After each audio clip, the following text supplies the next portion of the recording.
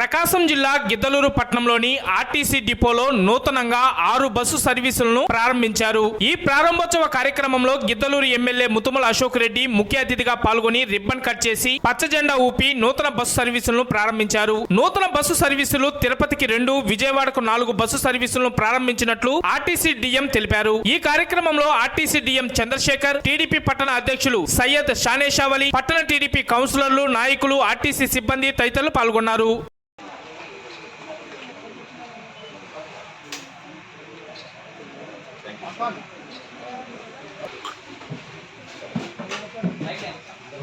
ఇది express sir, ఇది 49 సీట్లు ఉంటుంది. ఓకే ఓకే అండి.